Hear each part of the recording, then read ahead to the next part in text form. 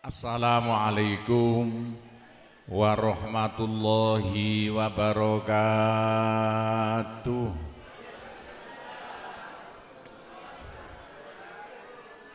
Bismillahirrahmanirrahim.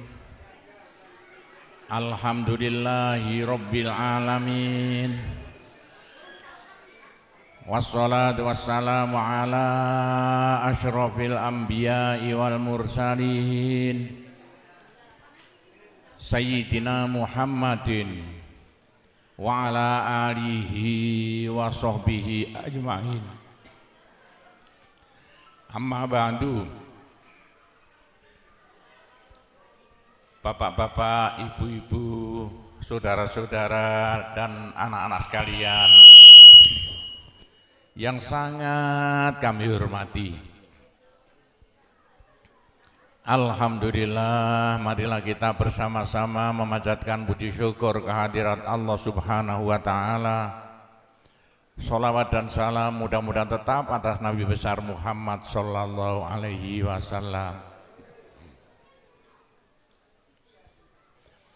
Bapak-bapak, ibu-ibu, saudara-saudara sekalian yang sangat kami hormati, pertama kali atas nama satu Mustasar NU Jawa Timur, ketuanya saya, se-Indonesia wakilnya saya, pengasuh Pondok Pesantren Sunan Derajat saya, dua-duanya ini boleh dikatakan ya anak buah saya. Saya terima kasih banget atas ya usaha Bapak Ibu sekalian di Malaysia yang begini ramainya. Saya tidak sangka-sangka kok sampai ada begini acara yang ramai sekali. Atas nama pengasuh Pondok Pesantren Sunan Derajat dan Penasehat NU Indonesia, saya mengucapkan banyak-banyak terima kasih dan hanya bisa mendoakan mudah-mudahan yang kumpul di tempat ini besok masuk surga semuanya. Bapak-bapak dan ibu yang kami hormati, nomor dua, saya minta maaf yang sebesar-besarnya karena acara seperti ini saya tidak bisa membantu apa-apa. Hanya datang, tidak bisa membantu apa-apa, hanya bisa membantu mendoakan saja. Ya bagaimana sudah tua, sudah umur 70 seperti saya, dikira masih muda, padahal itu murid saya tua-tua tadi itu. Loh kok kelihatan sudah tua-tua, jenggotnya putih kabeh. Ada itu rata-rata murid saya tahun 77-80-an dulu. Bapak-bapak dan ibu sekalian yang kami hormati, sebetulnya saya ini seperti saudara di Malaysia ini. Saya hampir ya tiap-tiap beberapa bulan ke Malaysia, 3 bulan ke Malaysia. Saya banyak usaha-usaha yang ada di Malaysia. Kayak saya ini ketepaan koncone Anwar Ibrahim, ya saya ini orangnya.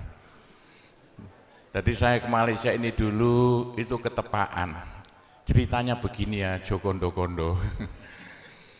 Dulu Gofar Bapak punya anak namanya Sya'roni, jadi kepala bank seluruh Malaysia.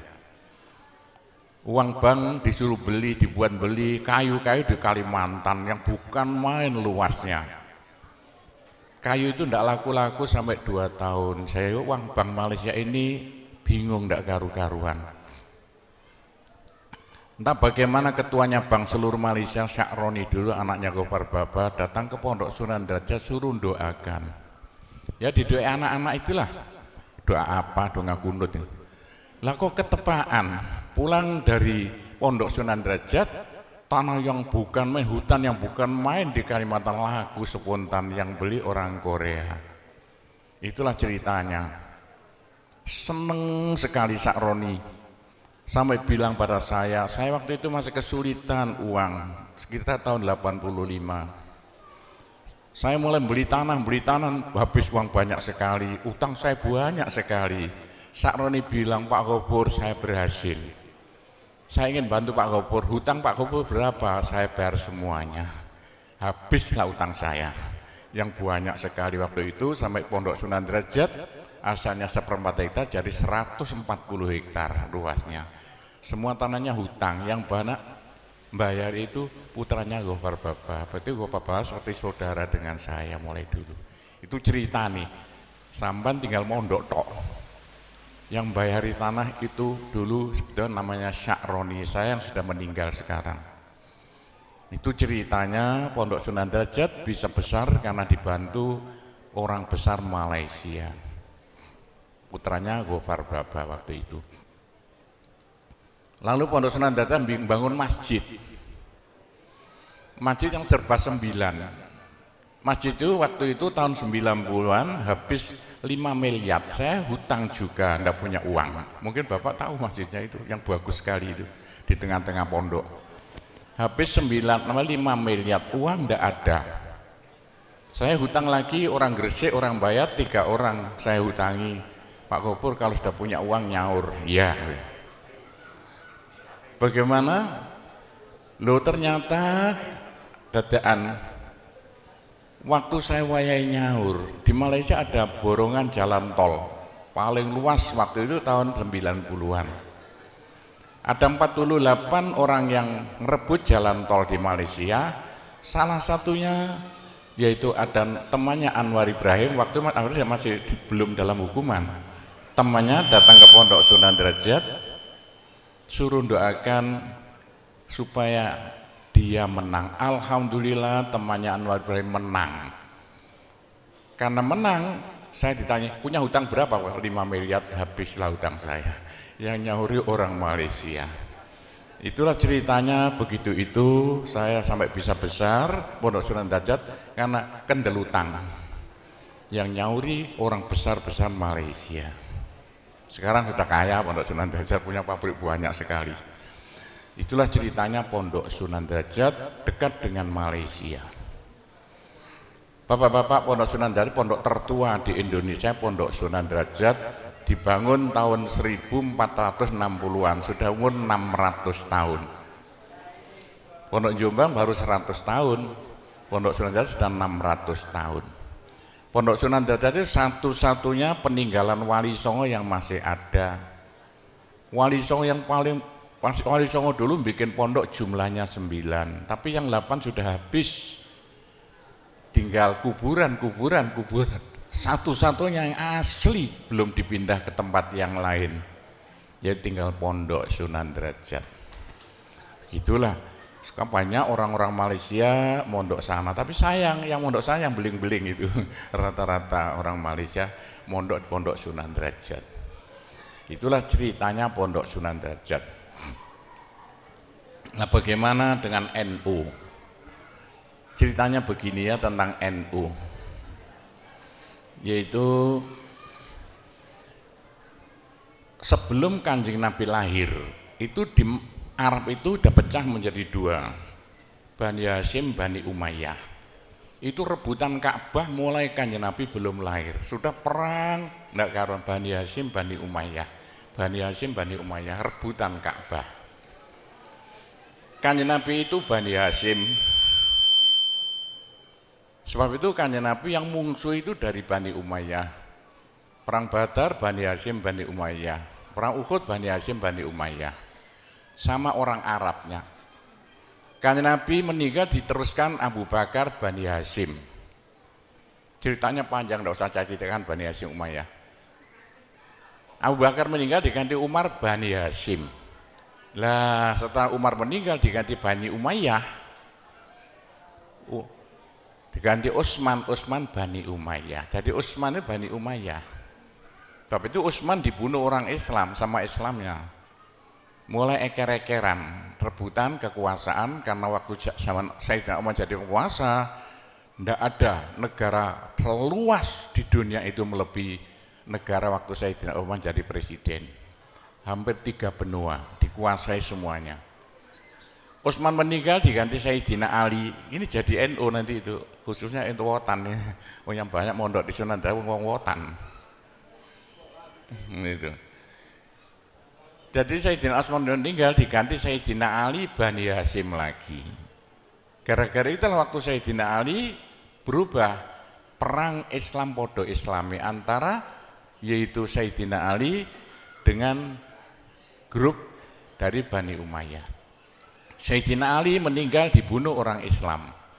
Itulah orang Arab paten-patenan tok itu yang jadikan nanti Islam paling banyak itu Jawa.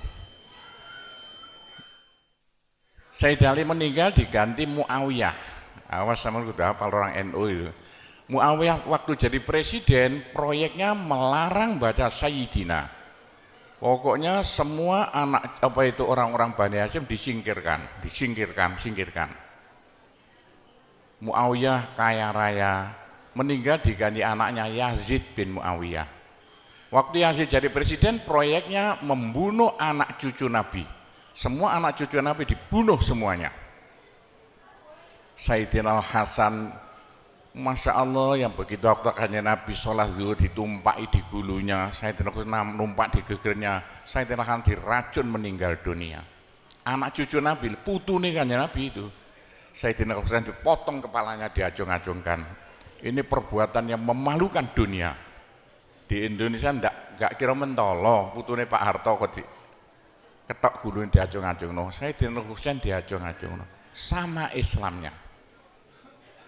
Gitulah ceritanya. Ceritanya begini. Untuk politik, yang politiknya membujui al-harbu qidatun, politik selalu membujui. Untuk membunuh semua anak cucu Nabi, dijanji oleh Yazid bin Muawiyah, anak cucu Nabi suruh kumpul, nanti akan dijadikan orang besar-besar. 81 yaitu di Karbala, anak cucu Nabi kumpul 81 jumlahnya. Masya Allah, waktu anak cucu Nabi kumpul di Karbala, 81 anak cucu Nabi dibantai semuanya, diketok-ketok gurune, diacung-acungno, dan yang memalukan Sayyidina Al-Husain dipotong kepala, diacung-acungno. Itu sama Islamnya.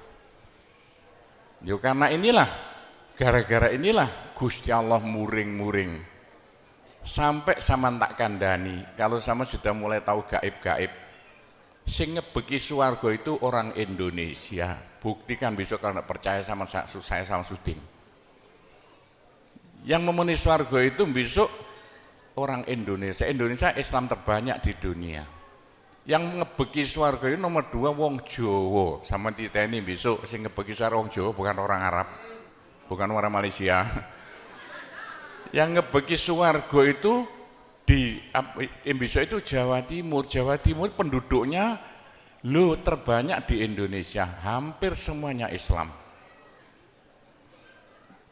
Orang Jawa Timur yang ngebeki swarga itu orang Kabupaten Lamongan.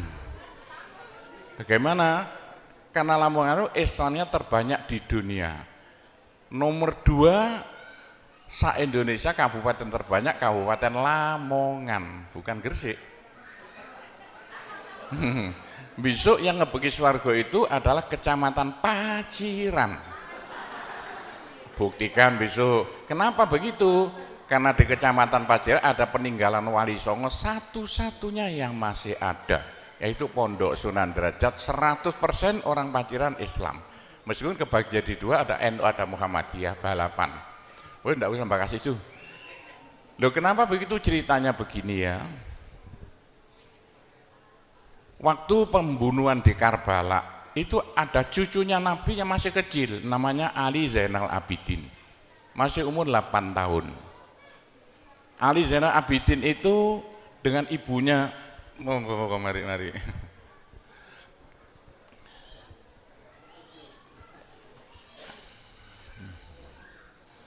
Ali Zainal Abidin itu dengan ibunya yang kurus sudah mau meninggal dunia. Yang disuruh membunuh Ali Zainal Abidin yang baru umur 8 tahun, gak tego, gak mentolo begitulah. Lalu Ali Zainal Abidin itu dilarikan, waktu itu masih umur sekitar 8 tahun. Dibawa ke Turki, saya dipanggil ke Turki, tadi malam saya dipanggil ke Turki. Saya insya Allah akan datang ke Turki, karena ada urusan ini. Semalam saya bukan dengan Anwar Ibrahim, saya diajak ke Turki. Nah, di Turki itulah cucu Nabi yang tinggal 1, semua dibunuh. Yang bunuh siapa? Bani Umayyah. Lalu oleh Sultan Muhammad, cucu Nabi yang masih kecil seperti anak Emoto ini, umur 8 tahun. Diramut sembuh, disingit no karo orang Jawa di Rusia, di desa namanya Samarkand. Di Samarkand itulah, sama harus tahu Samarkand, besok-besok kapan sana. Cucu Nabi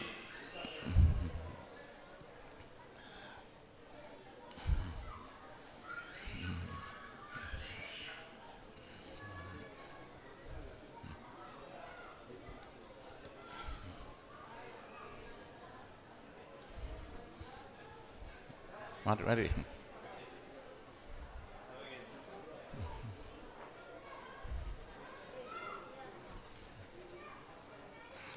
Saya dengar orang NU kalau tahu ceritanya ber-NU bodoh.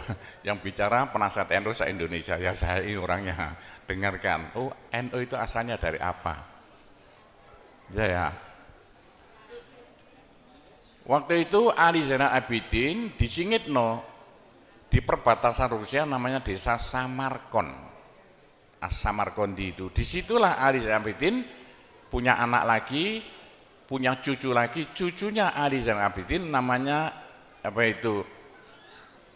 ikut kapalnya Cheng Ho, namanya Syekh Jamaluddin. Ikut kapalnya Cheng Ho masuk Pulau Jawa. Waktu kerajaan Mojopahit pelabuhannya masih di Tuban. Syekh Jamaluddin itu harus tahu satu-satu cucu Nabi yang masuk Pulau Jawa pertama kali. Di Arab habis bilang Sayyid, saya syuting tidak bisa bicara kok bisa Sayyid sama itu dari mana? Oh yang Sayyid yang rata-rata itu orang Jawa. Saya tahu ceritanya lengkap, punya bukunya itu. Sampai saya ambil di negara Belanda sana, bukunya semua diambil Belanda dulu itu. Sama harus tahu, Syekh Jamaluddin itu bikin rumah di Tuban, di Kecamatan Jatirogo, Desa Jambi. Tiap hall pasti saya. Hallnya tanggal 15 Ramadan, tanggal 15 Syakban. Itu pesarnya anak cucu Nabi yang pertama kali masuk Pulau Jawa. Nama siapa namanya? Syekh Jamaluddin. Syekh Jamaluddin nurunkan banyak orang sampai Tuban, Rembang. Itu Bojonegoro anak cucu Syekh Jamaluddin. Syekh Jamaluddin punya anak diantaranya Ibrahim As-Samarkandi, tahu di timurnya Tuban. Punya anak sampai Lamongan, sampai Gresik. Ibrahim As-Samarkandi punya anak banyak, diantaranya Raden Rahmat Sunan Ampel Surabaya. Raden Rahmat Sunan Ampel Surabaya nurunkan orang Madura, Pasuruan, Probolinggo, termasuk orang Kecamatan Panceng ini. Di antara adiknya Raden Rahmat Sunan Ampel Surabaya kawin dengan Raja Mojopahit terakhir Prabu Kertawijaya, Bri Kertabumi. Lahirlah namanya Raden Fatah. Jadi Raden Fatah itu ibu dari Mojopahit, keliru. Ayah dari Mojopahit, ibu dari Kanjeng Nabi. Waktu Raden Fatah jadi raja, meneruskan Mojopahit, dirubahlah kerajaan Hindu menjadi kerajaan Islam. Waktu Raden Fatah jadi raja, bikin pondok jumlahnya 9. Pondok yang jumlahnya 9 itulah ditugaskan untuk mengislamkan Pulau Jawa pakai damai, tidak seperti di Arab Saudi itu yang diteruskan oleh NU ini. Cara-caranya itu. Pondok yang jumlahnya 9 itu sayang, yang 8 habis, tinggal kuburan. Satu-satunya peninggalan Wali Songo yang masih ada tinggal Pondok Sunan Derajat, asli belum dipindah kemana-mana. Tapi itulah saya tugasnya paling berat di Indonesia, bahkan di dunia. Karena apa? Yaitu bagian keramut peninggalan Wali Songo satu-satunya yang masih ada. Wali Songo berhasil merubah dari Hindu Buddha 100% menjadi Islam tanpa perang. Orang Mekah masuk Islam karena kalah perang. Saya tahu kok. Orang Mekah mau masuk Islam karena kalah perang. Nah itu sejarahnya bapak-bapak sudah hafal. Satu-satunya Pulau Jawa dari Hindu Buddha 100%, berubah jadi Islam tanpa perang. Itu ceritanya begitulah, sampai cerita jadi NU ini. Loh kenapa kok Wali Songo kok jumlahnya 9? Menurut ilmu perbintangannya dalam Al-Quran, wasyamsu tajri li mustaqarrin laha dzalika taqdirul azim. Jawa itu kalau menurut abjadnya, ja itu 3, wa itu 6, abjadun hawa. Abaja 3 tambah 6 berapa jumlahnya? 9. Bapak itulah apa itu Jawa itu harus bikin wali jumlahnya 9, NU bintangnya 9. Pak ikut-ikutan 9 karena Jo dan Wa itu jumlahnya 9. Semua kerajaan yang ada di Jawa mesti hurufnya jumlahnya 9. Yang jumlah 9 asalnya milik Pulau Jawa. Seperti Indonesia hitung berapa? 9. Pancasila berapa? 9. Mojopahit berapa? Siliwangi berapa? 9. Sriwijaya berapa? 9. Semuanya 9. Mojopahit jumlahnya 9. Singosari jumlahnya semua 9. Termasuk 9 apa? Malaysia 9 jumlahnya. Malaysia 9. Kurang 1 apa 9 itu? Bapak-bapak dan ibu sekalian yang kami hormati, itulah caranya dulu Wali Sembilan bikin pondok-pondok yang jumlahnya 9 bisa merubah Hindu Buddha tanpa gegeran menjadi Islam yang proyeknya harus sama teruskan, bukan pakai politik. Pondok Sunan tidak boleh ikut-ikutan politik. Pakai apa? Pendidikan. Caranya tiap ada susah-susah kumpul satu kampung diajak tahlilan. Ada senang-senang kumpul satu kampung diajak sholawatan. Itu caranya 9 wali dulu yang di Arab Saudi tidak ada. Begitulah ceritanya, garis besarnya caranya begitu. Loh karena waktu mojo apa itu kerajaan Demak buyar, Indonesia rebutan tidak karu-karuan supaya Indonesia jadi satu nusa satu bangsa. Gusti Allah datangkan Belanda. Belanda didatangkan untuk suatu nikmat bagi bangsa Indonesia. Kalau tidak Belanda tidak datang, tidak mungkin Indonesia dapat nikmat. Nikmat apa? Indonesia yang pecah belah jadi bukan main banyaknya kerajaan-kerajaan. Loh, setelah tahun 45 Belanda dikalahkan oleh Amerika, Indonesia menjadi satu nusa satu bangsa. Sebetulnya yang menjadikan Indonesia satu nusa itu Belanda. Belanda lari, dikejar-kejar oleh tentara dari Jepang, dari Amerika. Itulah, jadi alhamdulillah kalau Indonesia tidak dijajah Belanda, mungkin jadi kerajaan Gresik, kerajaan Bojonegoro, kerajaan Semarang gitu. Untungnya dijajah. Sekarang Indonesia itu Islam terbanyak di dunia dan caranya pakai pondok pesantren, dan sekarang dari Cina datang kiainya nomor 1. Amerika, sampai saya diundang ke Amerika untuk ingin merjuangkan Islam seperti di Pulau Jawa. Jadi sekarang di mana-mana ingin niru Pulau Jawa, tidak usah ikut partai politik. Partai apa saja silakan, yang penting tugas sampean semuanya kalau bisa niru pondok pesantren, bikin pendidikan Islam di seluruh Indonesia, kalau bisa di Malaysia. Yang pakai damai. Bagaimana orang Malaysia kecil-kecil bisa baca Al-Quran, doanya wudhu, doanya sholat. Tapi kalau bisa seperti di Indonesia pakai ibtidaiyah. Sekolahnya ikut pemerintah tapi yang diajarkan agama. Masya Allah kalau itu bisa nanti dikembangkan pelan-pelan di Malaysia. Pun saya temannya orang besar-besar Malaysia itu saya. Nanti boleh asal damai, tidak usah kere-keran. Bagaimana caranya?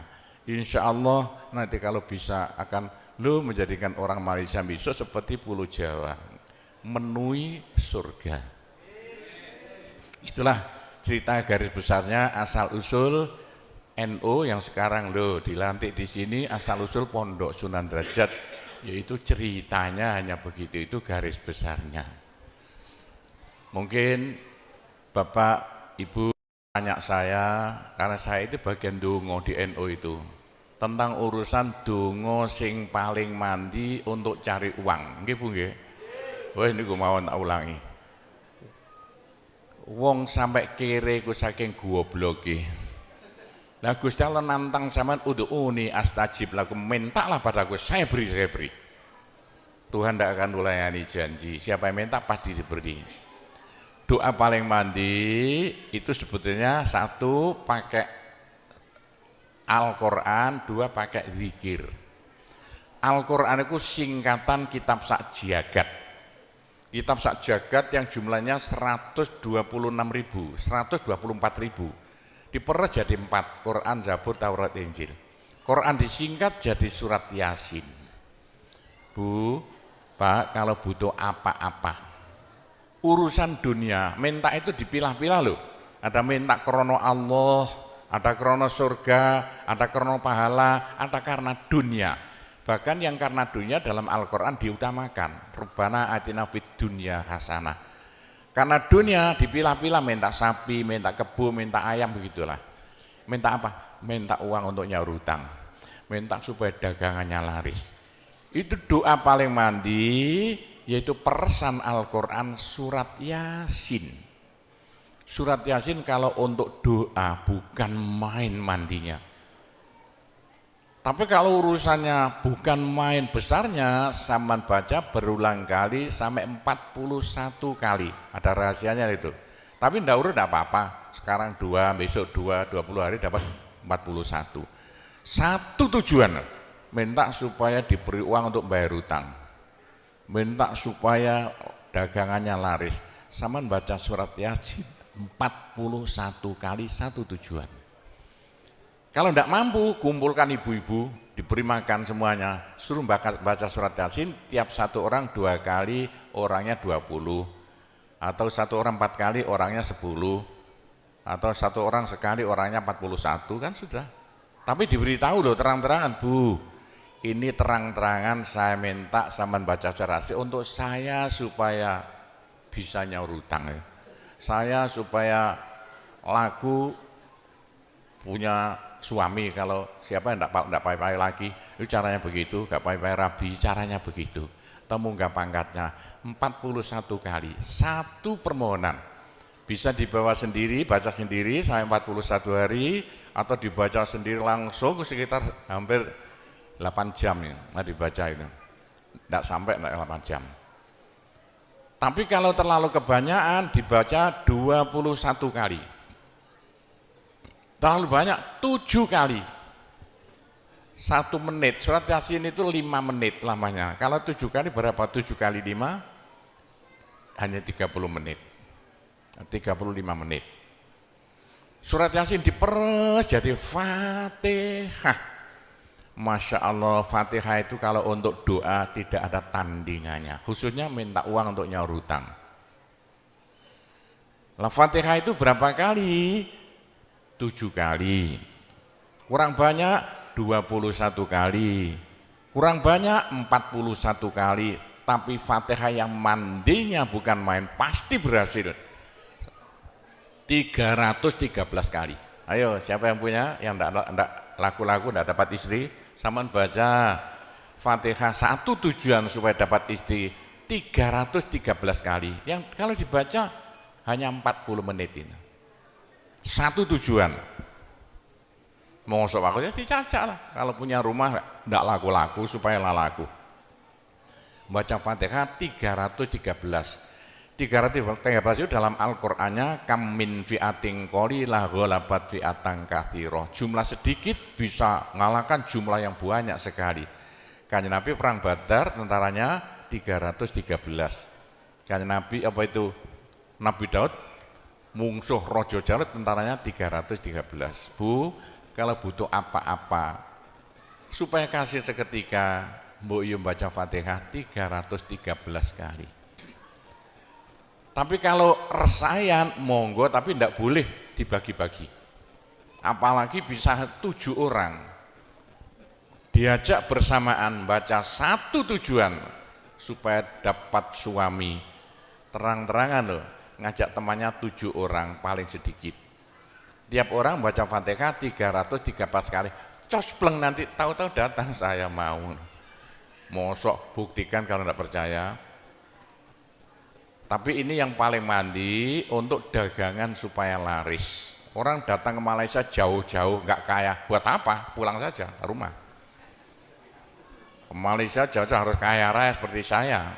Punya trek berapa? 1.200. Enggak bisa dihitung treknya aja. Bisa bangun pondok sampai beratus-ratus miliar uang Indonesia tanpa tarian masyarakat. Pernah saya narik yang mondok sana, enggak pernah minum aja gratis. Enggak usah bayar-bayaran. Ya, karena apa? 313 kali Fatihah untuk minta uang. Minta uang. Bisa ya? Pak Gopur, kecilkan lagi, Fatihah diperes jadi apa? Bismillahirrahmanirrahim. Bismillahirrahmanirrahim itu kalau untuk doa tidak ada tandingannya. Berapa kali terserah. Mulai 7 kali saya berapa kali. Bismillahirrahmanirrahim, Bismillahirrahmanirrahim bisa. Tapi kalau tujuannya penting sekali dan harus berhasil seketika dibaca dengan jumlah hono corokonya Bismillahirrahmanirrahim. Abjadnya berapa? 786 kali. Buktikan kalau Anda percaya. Kalau ingin apa-apa berhasil seketika, sama baca Bismillahirrahmanirrahim, Bismillahirrahmanirrahim.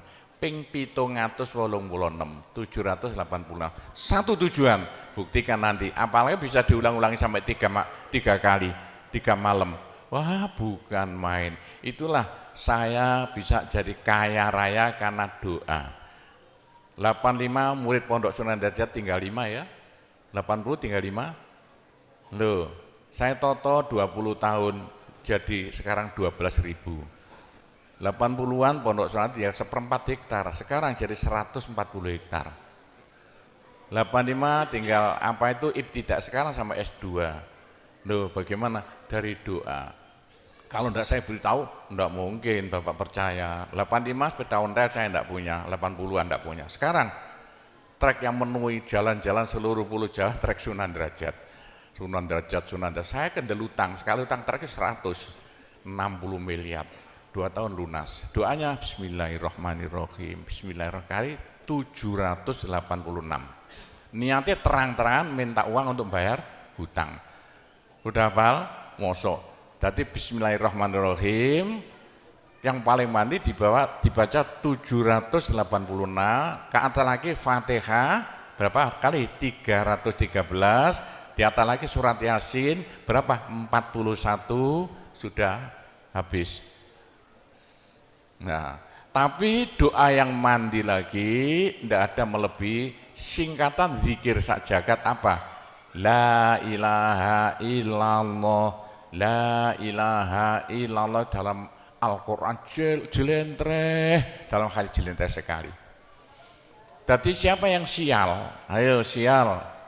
Apes dari wong Jawa, ndak ada orang melarat ngungkuli seperti wong apes ngene gak tepak ngono gak tepak untuk menghilangkan sial paling cepat la ilaha illallah, la ilaha illallah. Sama coba lah hilang sialnya.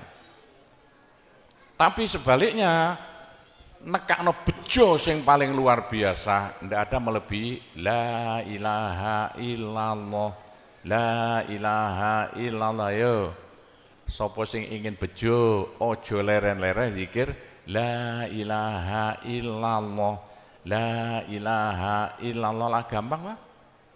Tapi yang paling penting untuk akhirat, ayo siapa yang tidak akan masuk neraka jangan berhenti zikir la ilaha illallah, la ilaha illallah dalam hadis Nabi loh. Semua dosa itu tidak akan bisa bertahan, pasti hancur karena dipules la ilaha illallah. Berapa banyak dosa sampean kalau zikir la ilaha illallah bagaikan batu dipules lender, krepes. Ayo sing dosane akeh sapa? Nah, kalau koyo opo saya intelnya polisi di bidang narkoba itu saya di Indonesia ini mulai zaman dulu. Ayo, bagaimana?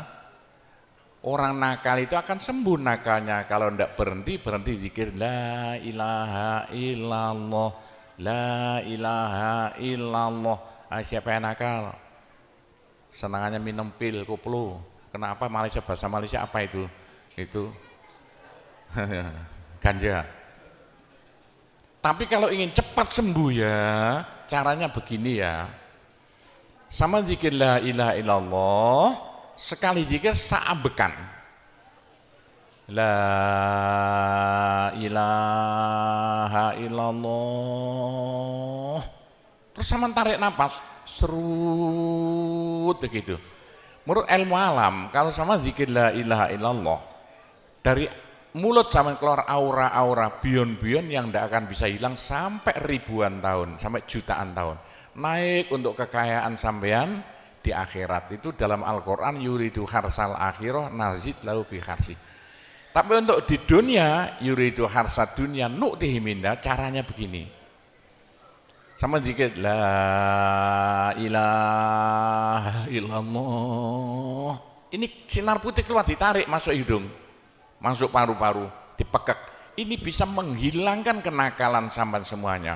Itu caranya Wali Songo dulu untuk merubah Indonesia asalnya dari Hindu Buddha menjadi Islam tanpa gegeran. Diundang, diberi makan, beri berkat, tapi waktu mau tahlilan lah panjang dulu. Afdalu zikri kana fa'laman la ilaha illallah. Tiga itu politik itu. Itu kan tarik nafas masuk hidung. Serut. Itu caranya merubah sampean asalnya sial hilang sialnya, asalnya nakal supaya hilang nakalnya, caranya begitu. Apalagi waktu itu mata dipejamkan. Monto direnung dengan narik serut cepat hilang nakalnya, bagaimana jadi orang baik. Tapi kalau nakalnya sudah kelas kakap, waduh sudah seperti anak-anak Malaysia yang lari ke Pondok Sunan Derajat itu, iya bagaimana, saya tahu itu kena nakal-nakal karuan. Caranya driji tengah ya, dan jemulan templek noplek ini dua-duanya. Terus sama tarik, nyeng, sama cacak nanti ya. Loh iya, ini paling cepat untuk menghilangkan kenakalan dengan zikir la ilaha illallah. Waktu narik, mata dipejamkan, diriji tengah dengan jempolan ditempelkan. Tarik, serut. Ini ilmu rahasia loh, enggak saya beritahu ini. Supaya yang nakal-nakal hilang nakalnya, spontan. Nah itu zikir la ilaha illallah sepanjang-panjang la ilaha illallah, tertarik serut. Tapi untuk nekakno bejo supaya sampean bejo, supaya sampean berjaya, sama saja.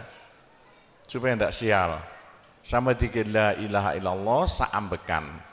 Apa ditarik serut, itu caranya begitu.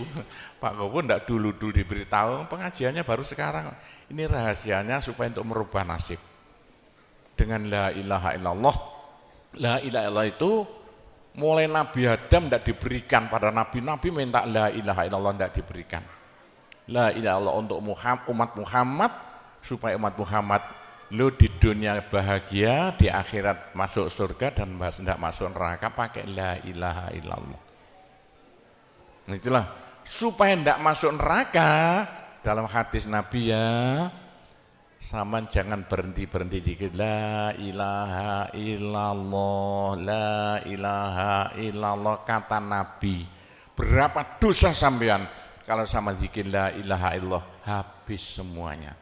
La ilaha illallah alat dari Tuhan untuk supaya dosa kita bisa habis, karena surga tidak masuk, tidak mau dimasuki orang yang bawa dosa. Supaya kita bisa masuk surga, dosa dihabiskan dengan zikir la ilaha illallah, la ilaha illallah.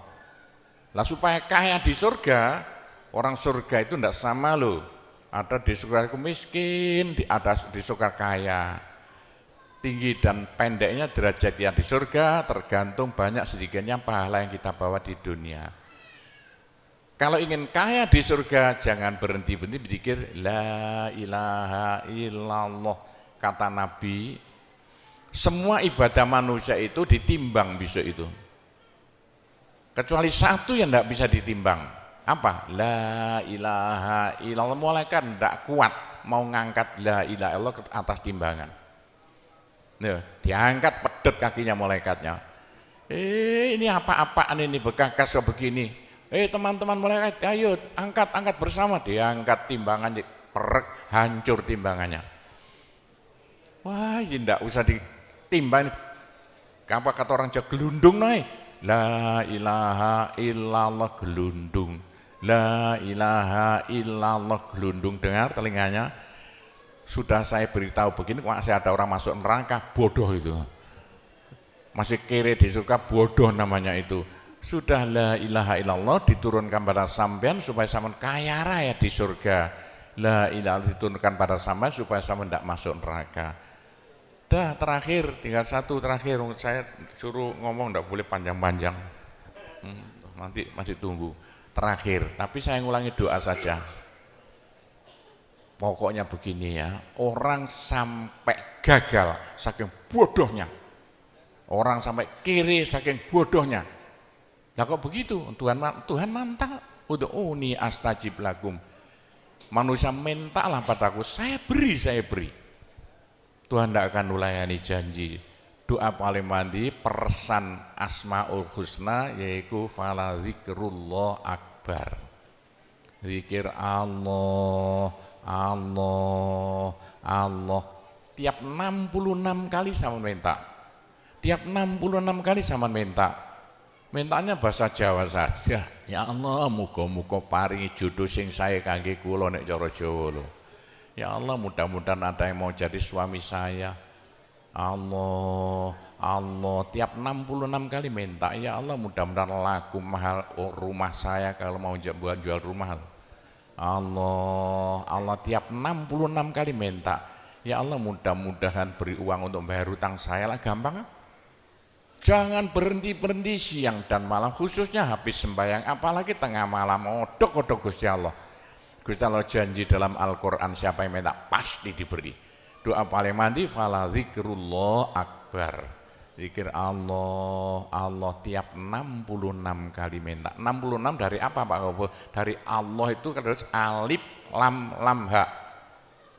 Alif kan 1, lam 30, apa jatuhnya? Lam 30 hak 5, berapa? 66. Orang kalau mau zikir Allah 66 kali semau mulutnya.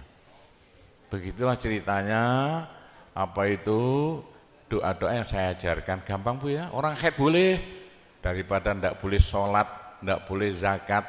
Menurut pendapat saya, orang haid zikir la ilaha illallah boleh. Meskipun ulama perselisihan, tapi kalau ikut saya boleh. Saya punya dasarnya. Orang haid kalau baca Allah, zikir Allah, Allah tiap 60 menit tak boleh. Daripada ndak boleh sholat, ndak boleh puasa, lebih baik baca doa Allah, Allah tiap 66 kali minta. Pak, saya beritahu ya, jangan bilang-bilang. Kalau saya ndak berhenti zikir Allah, Allah tiap 66 kali sampean minta. Bagaimana dalam hati sama ini asalnya sama nakal, hilang, sedikit-sedikit hilang. Sekarang mondok di Sunan Data itu saking nakalnya. Ayo dari Malaysia mondok saking belinge. Saya tahu gak ada yang melarikan diri dari penjara Pak, masuk pondok. Saya disingit no ya.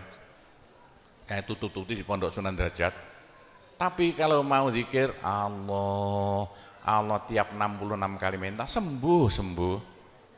Bu, kalau sama terus-terusan zikir Allah, Allah tiap 66 kali minta, sampai malah senang Allah.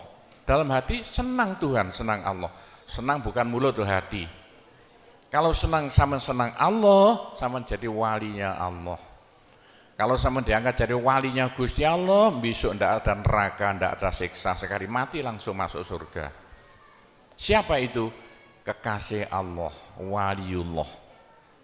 Pak Gopur, bagaimana supaya bisa jadi walinya Allah? Jangan berhenti. Bagaimana caranya supaya sampai disenangi Allah? Bagaimana supaya saya disenangi Allah? Bagaimana supaya sampai senang pada Allah? Bagaimana supaya saya senang Allah? Jangan berhenti minta uang. Dengan zikir Allah, Allah tiap 66 kali minta. Agak panjang dikit supaya merasuk. Allah, Allah tiap 66 kali minta. Ya Allah, mudah-mudahan laku mobil saya. Kayak mau ingin jual mobilnya. Bisa ya? Oh, sudah, nanti masih ada caranya banyak. Saya disuruh cerita-cerita ya sedikit tentang urusan itu tanpa cerita doa-doa saja. Saya ulangi lagi, saya terima kasih banyak loh di Malaysia. Loh kok diadakan acara seperti ini acara bukan urusan politik, urusan bagaimana supaya kita besok sama-sama masuk surga semuanya. Nah itulah dengan cara-cara Pondok Sunan Derajat, karena peninggalan Wali Songo tinggal satu Pondok Sunan Derajat. Caranya damai. Tidak ada urusan ikut-ikutan politik, coblosan persis dan apa ikut-ikutan, silakan. Pondok tidak mau ikut-ikutan, tidak siapa. Ini tapi saya banyak teman-teman orang-orang besar di Malaysia. Ketepaan bukan urusan politik, bukan urusan apa, urusan suwuk yang bilang-bilang. Suruh nyuwuk kok bagaimana orang-orang besar itu. Nah, entah ya kalau orang Malaysia kok sembuhan nih, yang sakit mau mati sembuh lagi itu banyak sekali begitu. Itu urusan suwuk jelas, bukan urusan politik. Saya tidak ikut-ikutan, hanya ketepaan. Saya dulu temannya Anwar Ibrahim, mulai dulu itu temannya Gofar Babah. Jadi ketepaan saya selalu dipanggil ke rumahnya urusan suwuk. Nah itulah, begitulah ceritanya. Saya hanya bisa mendoakan saja ya. Saya doakan bahasa Jawa saja ya. Ya Allah, muga-muga sing kempal tembriki sedaya dados keluarga ingkang gemah ripah loh jinawi. Gampang sandang pangane, seger kuwarasan awake, selamat donya akhirate, disepuro kabeh dosane, gampang rezekine, adoh belaine, akeh duwike, rukun kali tangga kiwa tengene, subur kabeh tandurane, lunga kabeh penyakite, laris kabeh dagangane, lancar kabeh penggaweane. Ya Allah, muga-muga ingkang kempal mriki mbenjing gruduk-gruduk bareng-bareng mlebu swarga sedaya. Pun tambahi donga sugih dhuwit mawon. Bismillahirrahmanirrahim. Alhamdulillahirabbil alamin wassalatu wassalamu ala asyrofil anbiya wal mursalin sayyidina Muhammadin walhamdulillahirabbil alamin. Allahumma inna nas'alukal afiyah fid dini wad dunya wal akhirah. Allahumma yassir umurana kullaha wassahhil umurana kullaha wa la tu'assir alaina. Allahumma ya muhawwilal ahwal hawwil halana ila ahsanil ahwal bihaulika wa quwwatika ya kabir ya muta'al ya aziz ya mifdul. Allahumma ja'alna wa iyahum min ibadika wa iyadika wa jiwarika wa amanika wa hizbika wa kanafika min syarri kulli syaitonin wa sultanin wa insin wa jannin wa baghin wa hasidin wa sabuin wa hayatin wa akrab wa min syarri kulli dabbatin anta akhidhum binasiyatiha inna rabbi ala siratul mustaqim. Rabbana anzil alaina ma'idatan minas sama takunu lana aidan li awwalina wa akhirina wa ayatan minka warzuqna wa anta khairur raziqin warzuqna wa anta khairur raziqin warzuqna wa anta khairur raziqin. Rabbana atina fid dunya hasanah wa fil akhirati hasanah wa qina adzabannar wa sallallahu ala sayyidina Muhammadin walhamdulillahirabbil alamin. Saya cukup sekian saja, mudah-mudahan manfaati untuk Bapak Ibu sekalian semuanya. Bila mana ada salahnya saya hanya mohon maaf sebesar-besarnya. Kami akhiri wabillahi taufik wal hidayah waridho wal inayah. Wassalamualaikum warahmatullahi wabarakatuh.